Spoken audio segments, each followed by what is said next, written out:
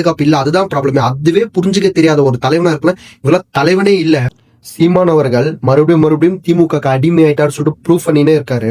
நான் இந்த விஷயத்தெல்லாம் இதை பத்தி எல்லாம் பேசக்கூடாதான் இருந்தேன். பட் ஆனா இவங்க அந்த மக்களை மேனிபுலேட் பண்ணினே இருக்காங்க. இதுதான் உண்மை நிரூபிச்சுன்னு இருக்காங்க. திமுக எப்படி பண்ணாங்களோ சேம் இப்போ சீமானும் பிரஸ் மீட் போட்டு 6 நிமிஷம் கிட்ட விஜய் மட்டுமே பத்தி அவரு தான் தப்பு, அவர் மேலதான் முதல் குற்றவாளி அப்படின்னு சொல்றாரு.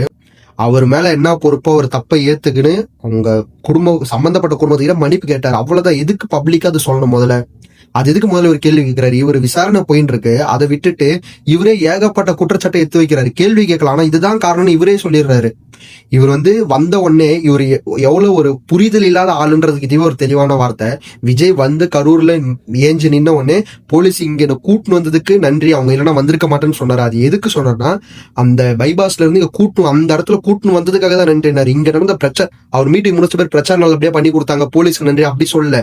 வந்த உடனே நீங்க கூட்டு வந்ததுக்காக நன்றி, அவங்க இல்லைன்னா வந்திருக்க மாட்டேன் அப்படிதான் சொன்னாரு. தவிர நம்மளோட மெயின் ப்ராப்ளமே இங்க அந்த கரூர் கூட்டத்துல பாதுகாப்பு இல்ல, அதுதான் ப்ராப்ளமே. அதுவே புரிஞ்சுக்க தெரியாத ஒரு தலைவனா இருக்கலாம். இவெல்லாம் தலைவனே இல்ல. அடுத்து நான் சொல்றாருன்னா, சிபிஐ விசாரணை போயிட்டு இருக்கும் போது எதுக்கு மக்கள் எல்லாம் கூட்டு வந்து ஒரு சந்திக்கணும், அவங்க மைண்ட் எதுக்கு பிரைன் வாஷ் பண்ண, அதாவது இப்போ இவங்க பாத்துட்டு போயிட்டாங்கன்னா விசாரிக்கும் போது அதெல்லாம் ஒண்ணு இல்ல விடுங்கன்னு சொல்லிட்டு மக்கள் சொல்லுவாங்கன்னு சொல்லிட்டு இவர் சொல்றாரு. ஒண்ணு பாக்கலன்னா பாக்கலன்றாங்க. பனையூர் அவங்க வீட்டுல கூட்டு வந்தா பனையூர்ல கூட்டு வந்து பார்த்தேன். எது இருந்தாலும் குறை சொல்லினே தான் இருக்காங்க. இப்ப ஒரு ஆட்சி அமைச்சு மக்கள் நல்லது பண்ணாங்கன்னா எதுக்கு மக்கள் நல்லது பண்ணணும், இவங்களால பணக்காரங்க பாதிக்கிறாங்க அப்படி சம்பந்தமே இல்லாம தான் எல்லாருமே பேசுறாங்க. தவிர இந்த ஒரு தமிழ்நாட்டுல 3வது பெரிய கட்சி ஆக்கினதுக்கே எல்லாருமே அருவறுப்பு பண்ணணும். அந்த அளவுக்கு ஒரு கேவலமா போயிட்டாரு.